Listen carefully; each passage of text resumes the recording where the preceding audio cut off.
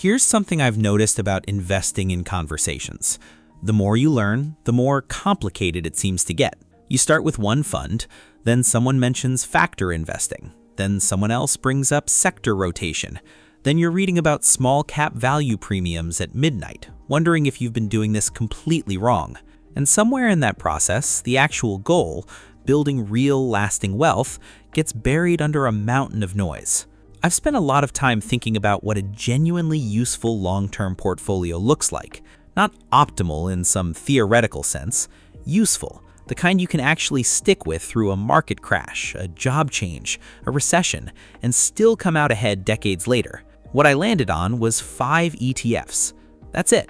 In this video, I'm going to walk you through exactly which 5 ETFs I use, what role each one plays, and how to think about splitting them based on your own situation. This isn't about finding the highest returning fund of the past 3 years. It's about building a portfolio that gives you real global exposure, stays low maintenance, and compounds quietly in the background while you get on with your life. No stock picking, no market timing, no complexity for its own sake. Just a clear system explained plainly. The 5 ETFs. Let's walk through each one. ETF number 1, the core, S&P 500 Index Fund. The S&P 500 is the backbone of this portfolio, and there's a good reason it comes up in almost every investing discussion. It tracks the 500 largest publicly traded companies in the US, companies like Apple, Microsoft, Amazon, Nvidia. Broadly speaking, it's a representation of the US economy's most dominant businesses. For US investors, the 2 most popular low-cost options are the Vanguard S&P 500 ETF, ticker VOO, and the iShares Core S&P 500 ETF, ticker IVV. Both carry expense ratios of just 0.03% annually.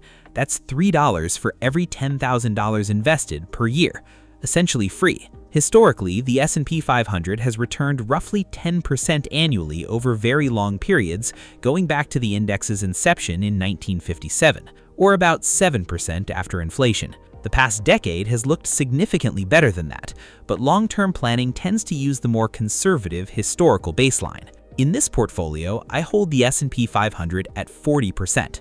It's the engine. ETF number 2, Global Diversification, International Developed Markets. The second ETF adds what the S&P 500 doesn't, covering the rest of the developed world. We're talking about Western Europe, Japan, Canada, Australia, and similar economies. These are mature, stable markets with established regulatory frameworks and long operating histories.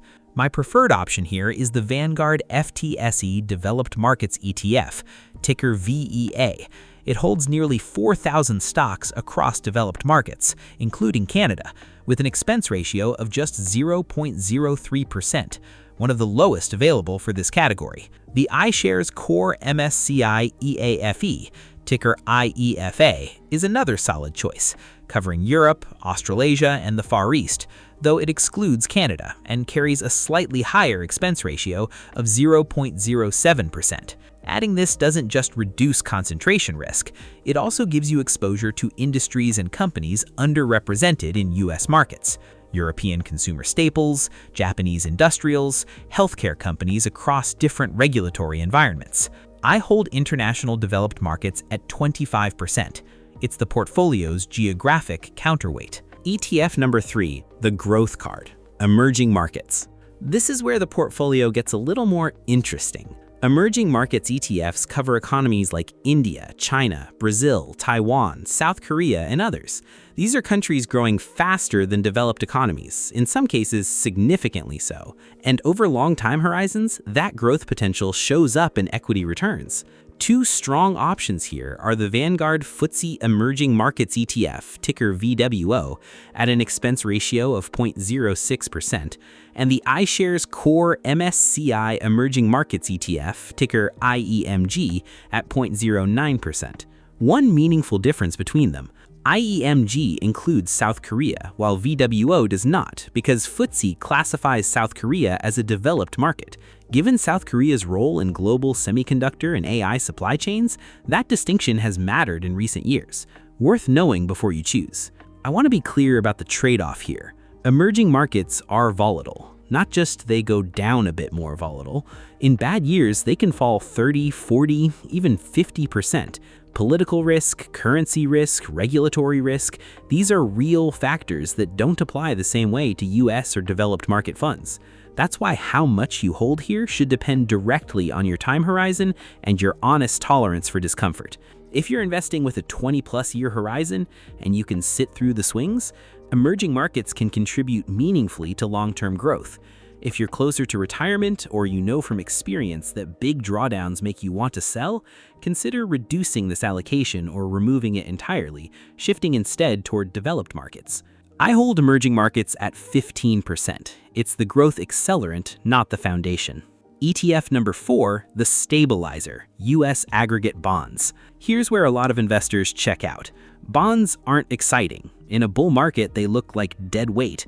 And in 2022, when interest rates rose sharply, bond funds actually lost money, which frustrated people who held them specifically for safety. But here's what bonds are actually doing in this portfolio. They're not there to generate maximum returns. They're there to behave differently from stocks. Historically, when equity markets fall sharply, high-quality bonds often hold their value or rise, providing a floor and giving you the psychological buffer to stay invested in your equities rather than panic selling at the bottom. A strong, simple option here is the Vanguard Total Bond Market ETF, ticker BND, or the iShares Core US Aggregate Bond ETF, ticker AGG. Both offer broad exposure to U.S. investment-grade bonds, treasuries, mortgage-backed securities, corporate bonds, and both carry an expense ratio of just 0.03%. One note on bond ETFs, you'll typically find two share classes: distributing, which pays out interest as income, and accumulating, which reinvests automatically. For long-term growth, automatic reinvestment tends to be the simpler choice. If you're in or near retirement and you need that income flowing to you, distributing makes more sense.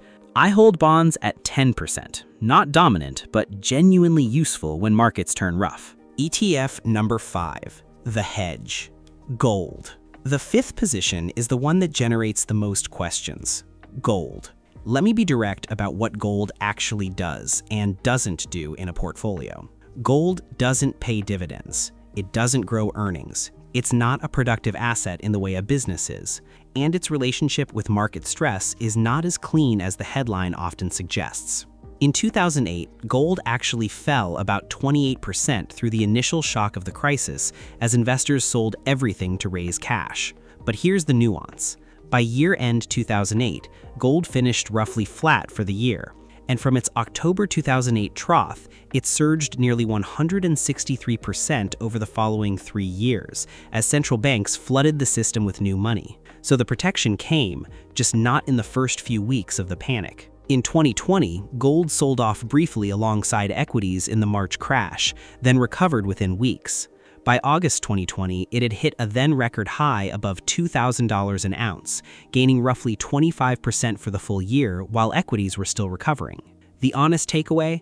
Gold is not a perfect crisis hedge in the immediate term, but over the broader arc of market turmoil, it tends to provide meaningful diversification that's largely uncorrelated with both stocks and bonds. For cost-conscious long-term investors, the SPDR Gold Mini Shares, ticker GLDM, carries the lowest expense ratio of any major physically backed gold ETF at 0.10%.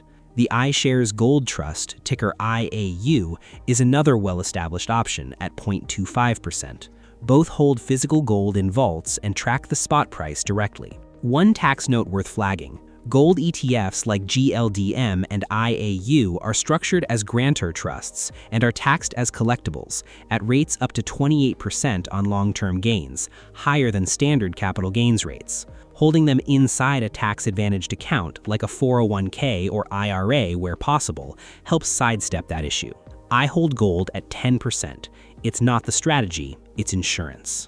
So the full breakdown looks like this: 40% VOO, S&P 500, 0.03% expense ratio; 25% VEA, International Developed Markets, 0.03% expense ratio; 15% VWO, Emerging Markets, 0.06% expense ratio; 10% BND or AGG, U.S. aggregate bonds, 0.03% expense ratio. 10% GLDM, gold, 0.10% expense ratio. 5 funds. U.S. and global equity exposure, stabilization from bonds and gold, and meaningful diversification across developed and emerging economies. The blended expense ratio across the full portfolio works out to roughly 0.04% per year, about $4 for every $10,000 invested. That's a remarkably low annual cost for what is a genuinely global, multi-asset portfolio.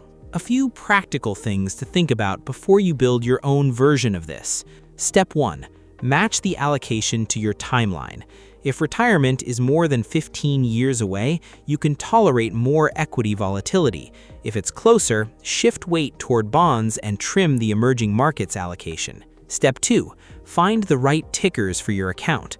The funds mentioned here are widely available in U.S. brokerage and retirement accounts, but check your 401k's fund lineup. Many plans offer equivalent index funds even if they don't list these exact ETFs. Step 3. Decide on accumulating versus distributing. In growth mode, automatic dividend reinvestment keeps things simpler. If you're drawing income in retirement, distributing share classes make more sense. Step 4. Hold gold in a tax-advantaged account where possible. Because gold ETFs are taxed as collectibles, a 401k or IRA shields those gains from the higher collectible rate. Step 5. Rebalance once a year, not more. When any allocation drifts more than 5 to 10% from its target, rebalance back. That's it. This portfolio is designed to run without constant attention. Step 6. Test your tolerance with a backtesting tool. Several free platforms let you model how different allocations behaved through past market crashes. Seeing an actual drawdown number, not just a percentage, but a real dollar figure on a real account, is far more informative than reading about volatility in the abstract. The thing that often gets lost in investing conversations is what the actual goal is. It's not maximizing returns in any given year. It's not owning the most talked about fund. It's building a portfolio that grows quietly in the background, weathers the inevitable bad periods without requiring heroics, and eventually gives you real financial options, the ability to retire when you want, to take risks in your career, to stop feeling financially fragile. 5 ETFs, held consistently, rebalanced once a year, with costs of roughly 0.04% annually. That's the system. Simple on the surface, but grounded in decades of evidence about how wealth actually compounds. The strongest portfolios aren't the ones that look best in a bull market. They're the ones investors can actually hold through everything and never feel the need to abandon.